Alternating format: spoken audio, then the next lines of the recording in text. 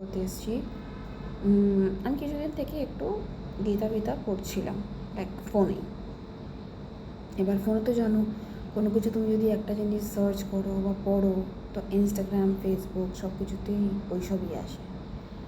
তো মায়ের মুখে শুনেছিলাম যে যদি তুমি গীতা পড়িস বা যদি ঠাকুরকে ডাকিস আর লাইফে কোনো প্রবলেম হয়, তো কোনো কোনো একটা পেজ গীতার খুলে নি, কোনো একটা শ্লোক পড়, তুই তোর সলিউশন পেয়ে যাবি। এটা আমি অনেকজনের মুখে শুনেছিলাম, বাট ইটস রিয়েলি ট্রু। কিছু জিনিস নিয়ে আমি কনফিউজ ছিলাম অ্যাকচুয়ালি, যে কী করব। আই নো আমি এভরি টাইম আমার একটা প্রবলেম বলতে পারো, ভালো জিনিসও বলতে পারো।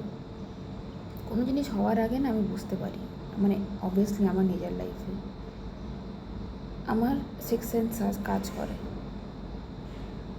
তো অমনি কিছু একটা প্রবলেম ছিল, অ্যান্ড গীতার যখন ওই শ্লোকটা আমার ইনস্টাগ্রামে আসলো, আই রিয়েলি ফিল গুড যে না, এবার লাইফে একটু চেঞ্জেস দরকার।